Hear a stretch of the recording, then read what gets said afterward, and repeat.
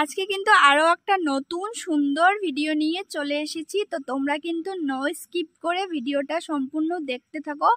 তোমাদের রিকোয়েস্টের জন্য এই ভিডিও করা। তো কেমন লাগলো অবশ্যই একটা কমেন্ট করে কিন্তু জানিও। তো ভিডিওটা দেখতে থাকো।